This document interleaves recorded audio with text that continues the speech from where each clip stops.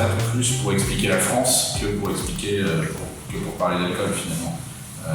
L'idée c'était de se dire que c'était un biais très utile et très intéressant pour raconter comment la France évolue, comment la société française a évolué ces dernières années, parce que comme on s'en est rendu compte en faisant le livre, chaque grand thème de la société française en fait peut être expliqué par le rapport qu'on a à l'alcool.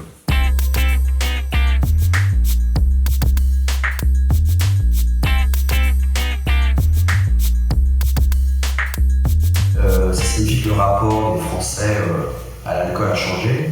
Donc on boit à près 2 fois moins et demi aujourd'hui Que dans les années 60.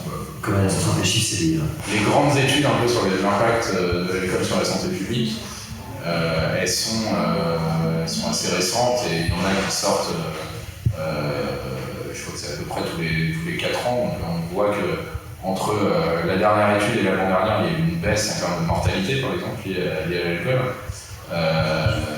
Mais ça reste quand même assez élevé, quoi. C'est-à-dire que si on fait des comparaisons plutôt, du coup, pas dans le temps, mais géographiques, là, on se rend compte que par rapport à d'autres pays européens, d'autres pays qui sont à peu près au même niveau de développement que la France,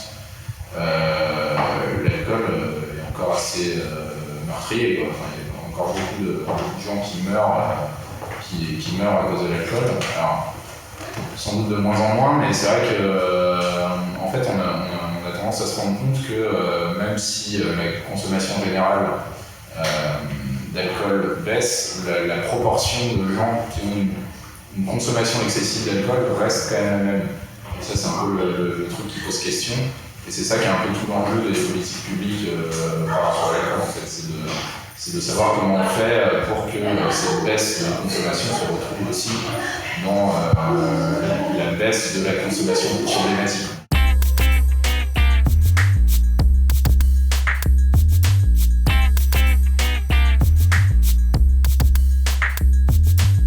Ce que ça veut dire, c'est que le vin est une arme diplomatique. Et c'est ce qu'on dit un peu dans le début du livre, c'est que l'alcool, quand on parle d'alcool en France, on parle surtout de vin, ça peut être un outil diplomatique. Donc nous, dans le livre, on explique en gros que les meilleures fêtes à l'étranger sont dans les ambassades françaises parce qu'on a les meilleurs vins, donc c'est là-bas qu'on se réunit. Enfin, le vin peut aider dans des relations diplomatiques, dans des négociations diplomatiques par exemple.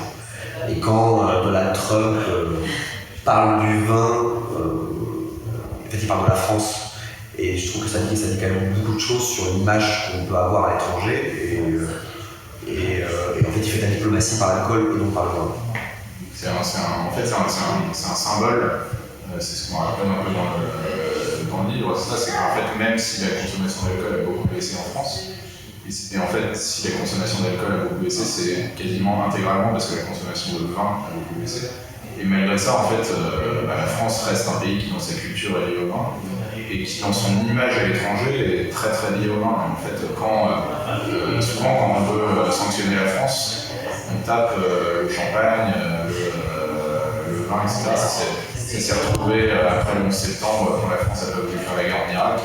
Le premier truc qu'ont fait les Américains, c'était vider des bouteilles de champagne dans le caniveau. En fait, c'est ça. Et nous, là, ce que fait Donald Trump fait partie d'une guerre un peu commerciale plus globale, mais c'est évidemment un symbole qui veut attaquer.